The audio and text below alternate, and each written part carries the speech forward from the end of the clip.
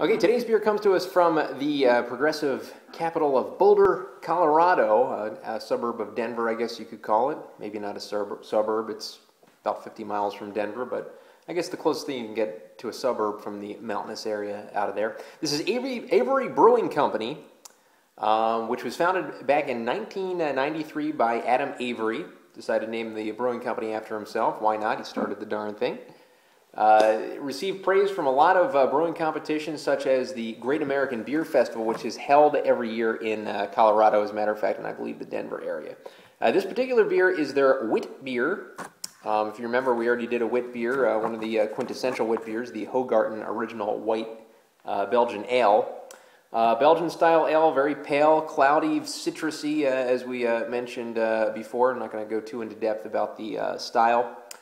This is called White Rascal, Avery Brewing Company White Rascal, coming in at 5.6% alcohol by volume. There's a White Rascal drinking what appears to be White Rascal. 22 IBUs, low on the hops, of course more on the malty, citrusy kind of stuff. This particular one is spiced with coriander and curacao orange peel. Nothing out of the ordinary as far as what it's spiced with for the style of beer. Bravo Sterling looks like Hersbrucker hops, and you have your 2-row barley as well as your wheat malt right there. So White Rascal, we're going to open her up from Avery Brewing Company, one of the up-and-coming breweries in the United States, and we'll pour it into a mug. You can definitely use a mug for this style of beer. It's fair game, and we're expecting that cloudy, very cloudy, orangey, zesty kind of look to this wit beer with a very thin film of head. So, as you can see, can't really see through it too well. I'll peer my head behind it. Definitely cannot.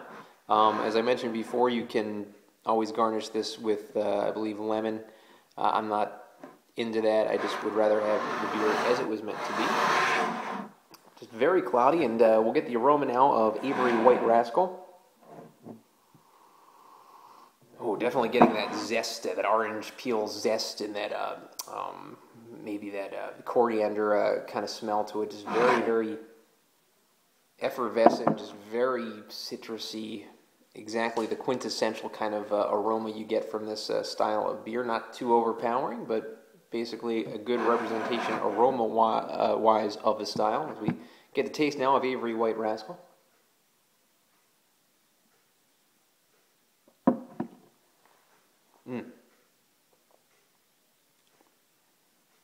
I'm getting that zest, a little bit more of a zest than you usually get with your Blue Moon, which is another well-known kind of example of the style.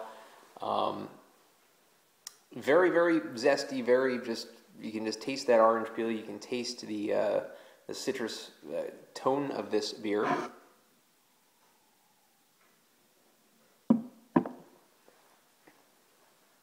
I always equate this style with summertime. Not with barbecue summertime, but with kind of lounging around under a tree kind of summertime.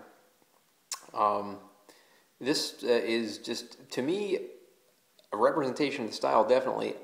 I don't see how it really differs from a lot of beers of this style. That's the problem I think I've had with this type of beer, is that I can't really tell one of these beers from the other. I mean, with IPAs, you have a lot of different ingredients that you can kind of fiddle around with Russian Imperial Stouts, with every,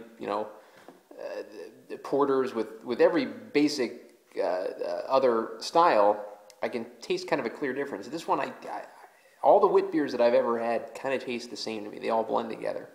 Not my favorite style, just to throw it out there, but for what it is, it's a representation of the style. It's Avery White Rascal. I'm going to give this one a 7 out of 10.